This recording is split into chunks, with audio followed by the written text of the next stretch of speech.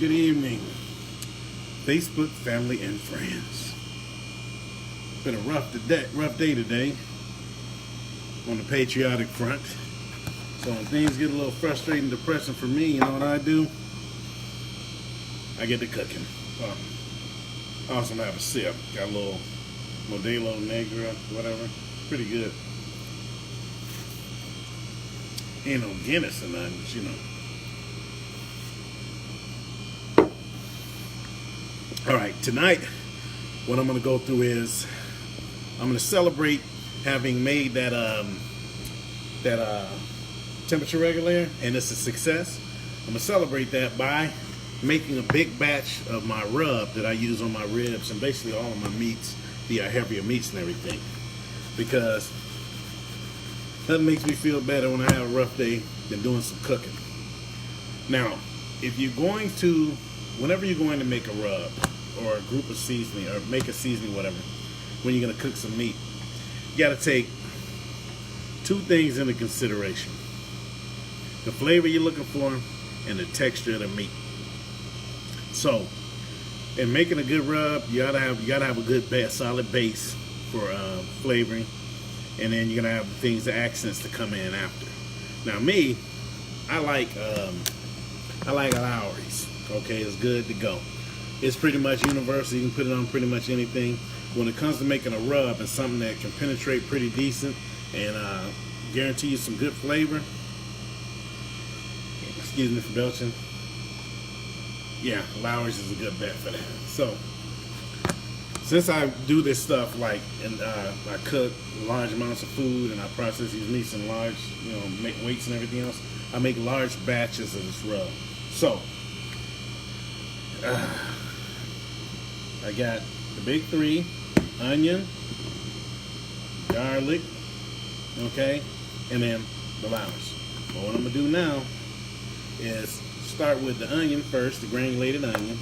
And I do this by proportion. So I'm putting here about like a quarter cup, maybe a little more. Put this big thing in here. Let me see. And then, let's see, that was the onion. Garlic. Similar quantity of garlic. I pour them right on top of each other so one covers the other, and I know I'm close on that amount. Then, got some ground New Mexican chili pepper.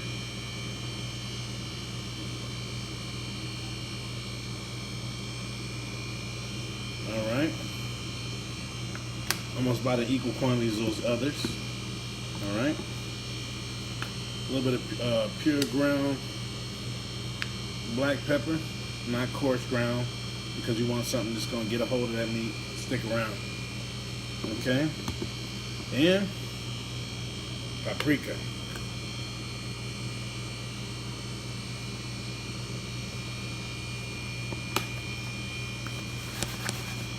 I take these together,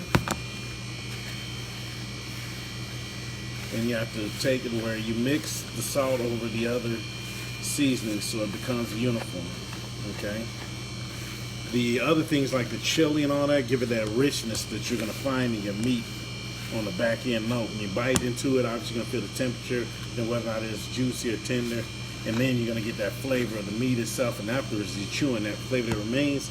That's that note that you have on the back end. That's why I like to use chili pepper and a little bit of chili powder in there. Okay, it's going to give a little heavier, more hearty taste to that flavor, so it's not just snap and go as soon as you bite in. Then let me see what else. Okay, got all the bases in there.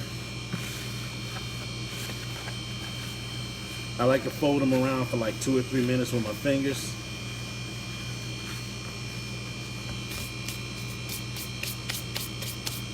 And then, voila, I'm gonna turn the camera around. All right, so I just do it like this. Okay.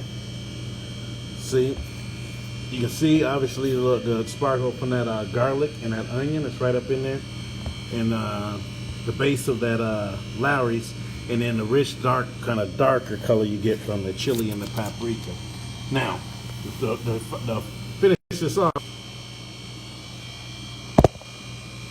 finish this off. I'll grab Montreal steak seasoning.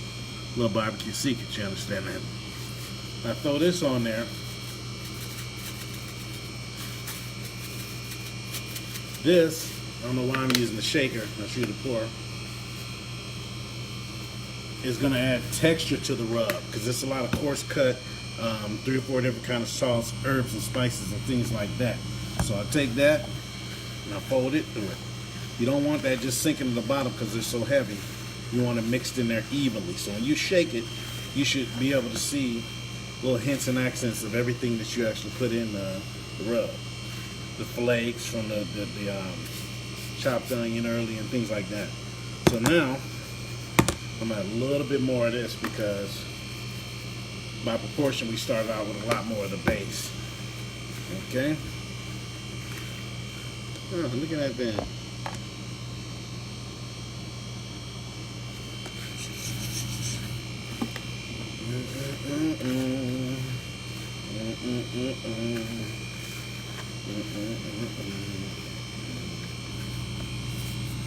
So after you do that, you get yourself a dredge or whatever they call these things.